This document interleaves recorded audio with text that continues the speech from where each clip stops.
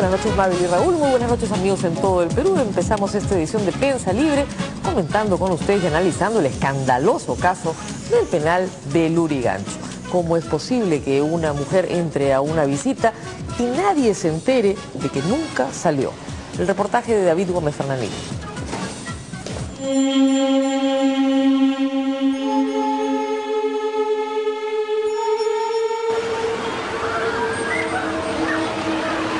El domingo en la noche, un macabro hallazgo en el interior del penal de Lurigancho conmocionó al país. En una celda de la prisión, la policía encontró encofrado en cemento el cadáver de una joven de 22 años asesinada hace 3 meses. Me genera varias sensaciones, quizás primero estupor, pena, pero también indignación, porque una situación así creo que no debería pasar en el país. Es expresión de una crisis grave, de un país sin control, porque no es posible que una persona vaya a un ámbito controlado por el Estado, no salga, la maten y esa situación se descubra casi 3 meses luego. El domingo los presos del pabellón 15 se quejaron de una fuerte pestilencia proveniente de la celda 4, ocupada por el recluso de nacionalidad holandesa Jason Sanford Stalin Conquet, de 32 años. Las autoridades del penal llegaron a la celda y tras constatar el nauseabundo hedor que emanaba de la habitación, ordenaron su revisión. Inicialmente, el holandés recluido por tráfico de drogas aseguró que se trataba de un roedor muerto. Pero al ver que el hallazgo del cadáver era inminente, confesó su crimen.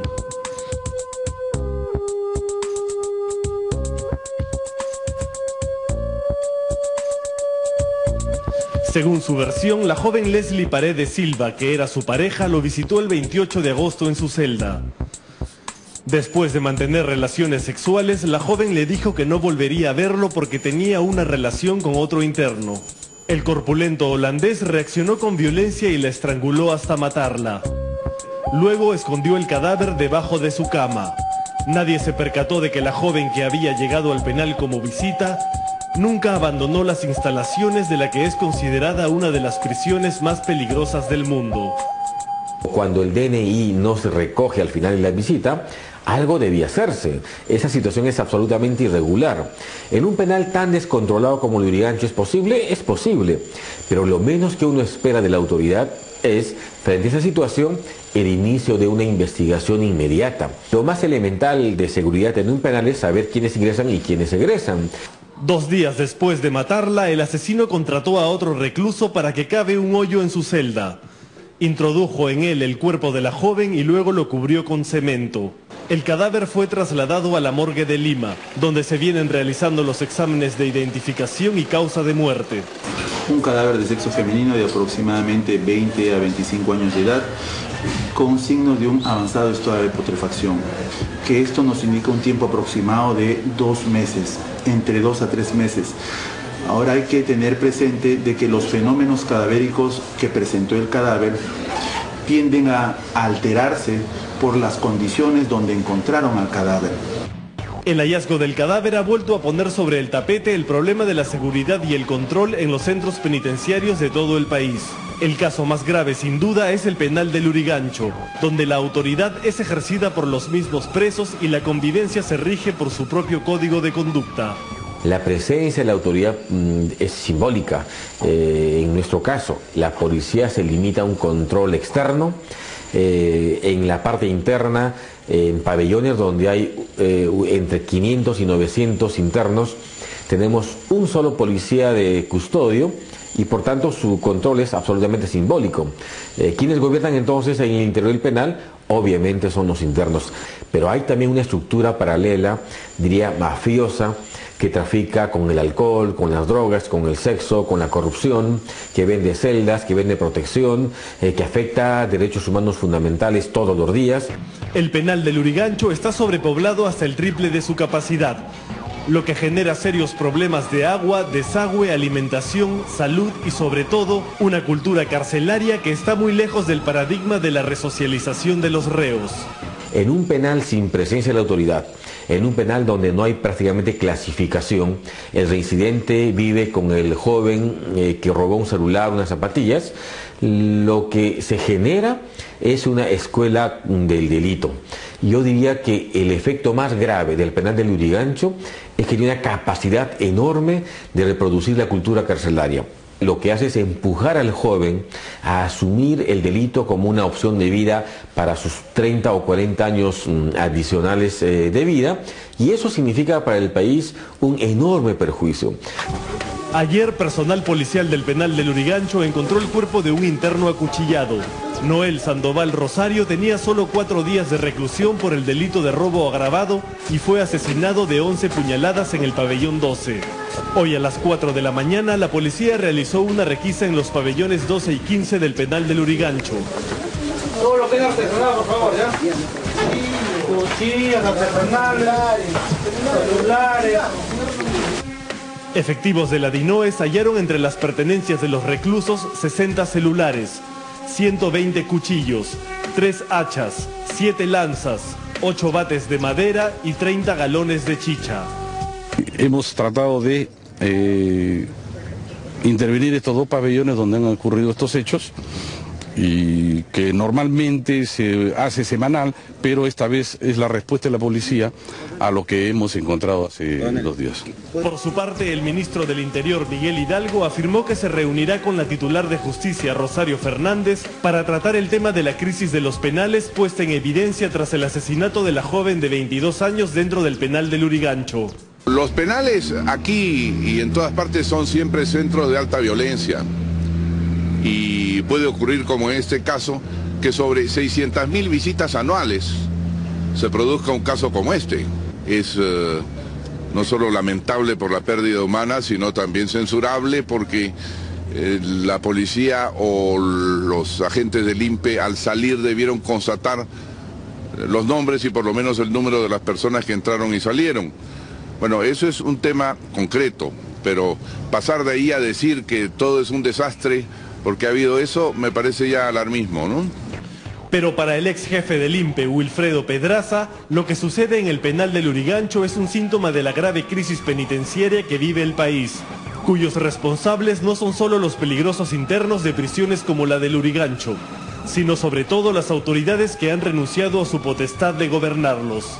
En ningún gobierno el tema de cárceles ha estado en la agenda política, nunca ha sido una prioridad, y menos diría en el gobierno actual. Su actividad en cárceles ha sido básica, se ha limitado a construir un solo penal, no hay ningún proyecto de mediano plazo que se pueda continuar luego, y por tanto Lurigancho no era una excepción, ha ido creciendo sistemáticamente como nunca antes. Tras el asesinato de la joven en el penal y todos los objetos ilegales hallados hoy en la requisa, algunos especialistas piden declarar en emergencia el sistema penitenciario peruano para iniciar una auténtica reforma de las cárceles. Sin embargo, Pedraza considera que en el caso específico de Lurigancho no hay mucho por hacer, que ante problemas graves como los que enfrenta se deben tomar decisiones muy serias. Yo creo que Lurigancho no tiene ninguna solución. ¿Es posible, por ejemplo, readecuar su infraestructura a la antigua? No. Tiene 40 años, sin mantenimiento, en un estado precario. No estoy seguro que soporte un terremoto de 7 grados, por ejemplo. De modo tal que, ¿qué hacer? Creo que nada, solo hay que dinamitarlo y hacer un nuevo penal. El gobierno aprista prometió la construcción de más penales para descongestionar los existentes y no cumplió su promesa. En la última recta de su mandato, veremos si es capaz de iniciar una reforma de largo aliento que permita recuperar el control de los penales y por fin tomar al toro por las astas.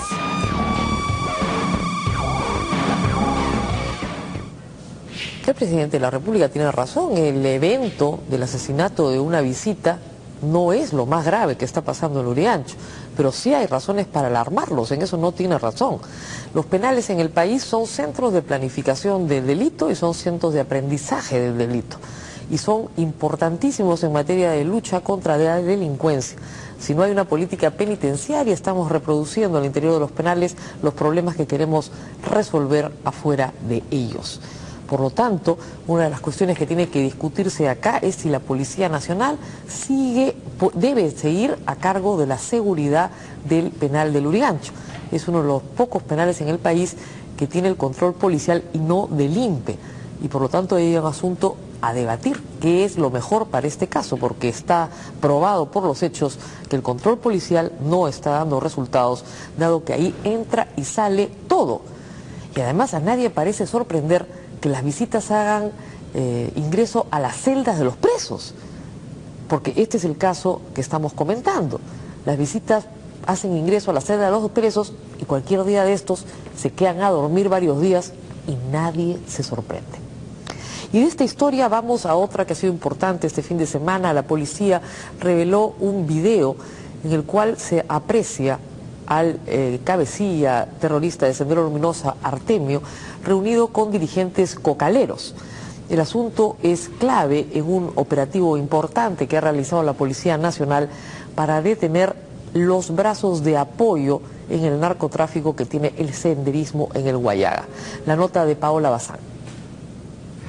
En nombre del presidente Gonzalo, el doctor Abinader Reynoso, del Partido Comunista del Perú y la Revolución Peruana. Artemio es un sicario del narcotráfico.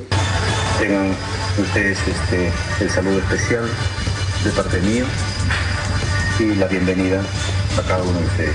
Tomen asiento, por favor. Es un neosenderismo articulado al narcotráfico.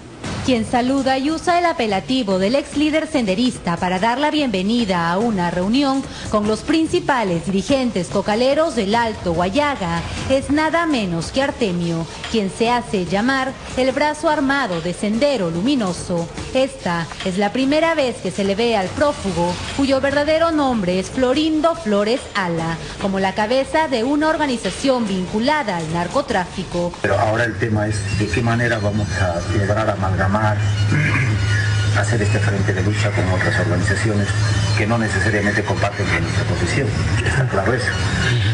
Y poder hacer esta lucha, no sé, si es en Tino María, en Huánuco, en Lima, paralelo a estos plantones, cómo se va a hacer, es un tema que tenemos que verlo con conocimiento.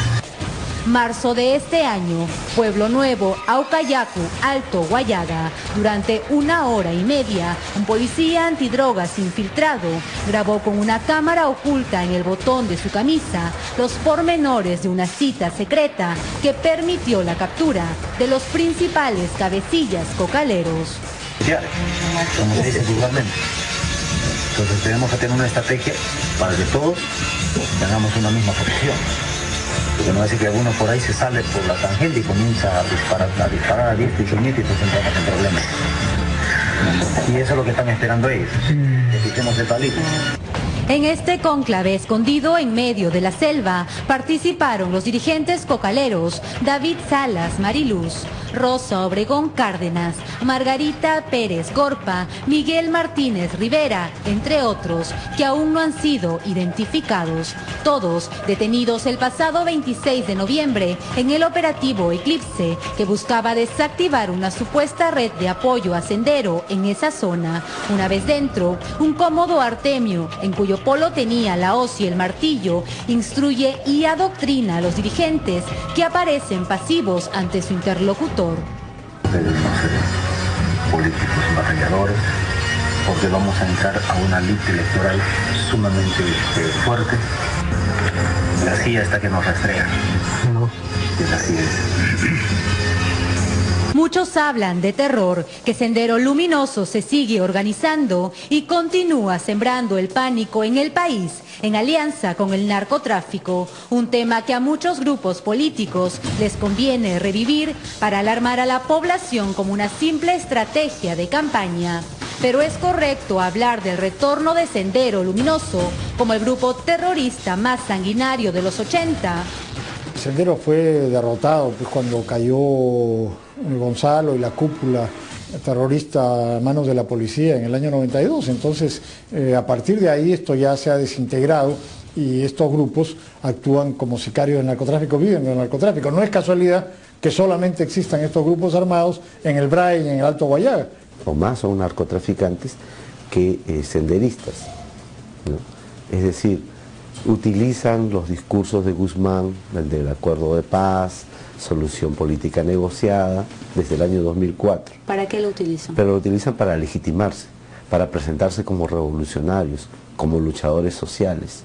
Según algunos especialistas, esta organización no es más Sendero Luminoso, sino una estructura armada, cuyo negocio es el narcotráfico, donde Artemio es la cabeza que protege la coca.